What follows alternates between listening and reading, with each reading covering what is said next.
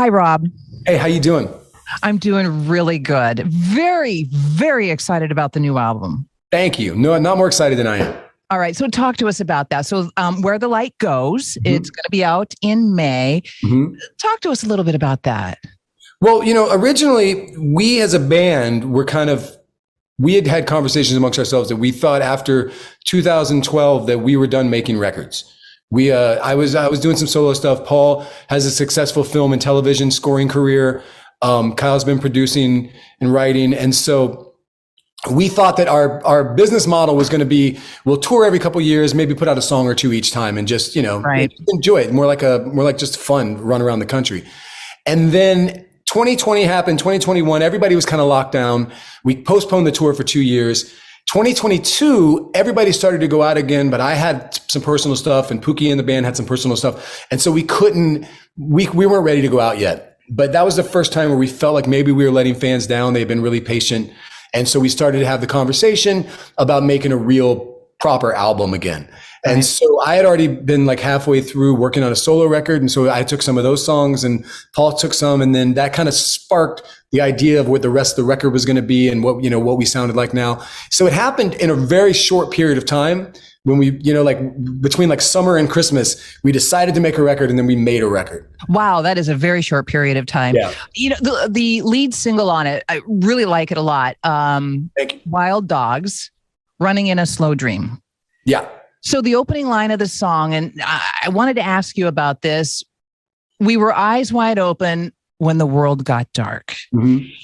Is this, and there seems to be kind of a theme to everything here. Is this your writing coming out of the pandemic? Is that a relationship or both?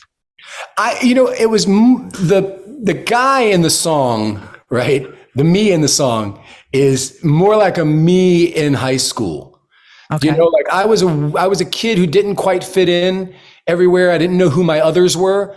And then you moved out a lot, didn't you, when you were younger? Yeah. I spent a lot of time kind of like sleeping in friends, cars and on park benches, and I hitchhiked around a little bit in the Southeast. And I was just trying to find my way. And I think it was the misfits, you know what I mean? That I found, for me anyway, like there was those kids that were like listening to The Cure and they were smoking cigarettes across the street from the school. And, but they were artistic kids and they were inclusive and they were sensitive like I was. And they kind of take you in and you become a part of that group. And I think that's how I found musicians and music. And to this day, I still, travel the world with a bunch of misfits. And so, Wild Dogs was just about that, when misfits meet other misfits and how complete that makes you feel. Rob, you've done so much in your career, and even looking at you and having this conversation, it's like, oh, I know him. That's Rob Thomas. Rob has been a part of my radio career almost this whole time. You've done so much from acting in your collaborations and writing for other artists. I mean, you've written for Mick Jagger and Willie Nelson. And what is on your bucket list? Is there someone that you'd like to work with? Is there the one thing that you'd like to do? Yeah, I mean, for me, we were really fortunate to have our first record do really well. And you realize early on that that's the ticket that buys you the ticket to get on the ride. Right. And so for me, it was about wanting to be here 30 years from now, having a conversation with you about making new music or about, something that we were doing. Like pointed goals, Willie Nelson was always it. Like if you would have asked me anytime up until then, who's the one person, that I geek out about, who's the one person that means the most to me, it would have been Willie Nelson. Wow. Now, honestly, like at least once a month, like the next thing I want to try and figure out is Carlos and I want to tour together. And we can never seem to line up our schedules to make it work. Like I was going to go maybe to Australia before we had this whole plan, like we were going to go just tour Australia together. So Carlos and I either want to make a record, like a whole record that we do together and then tour together.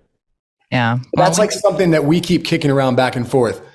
Because Carlos and I, like, we still have, like, we stay up late and have like drunken text conversations that our wife make fun of us about. Don't you just love having a relationship like that with a colleague or an artist where you almost complete each other's thoughts? Yeah, it's really nice. And and then somebody like him who's also obviously just like having a mentor in your pocket, like somebody that really has some sage advice all the time and kind of keeps you in the right path.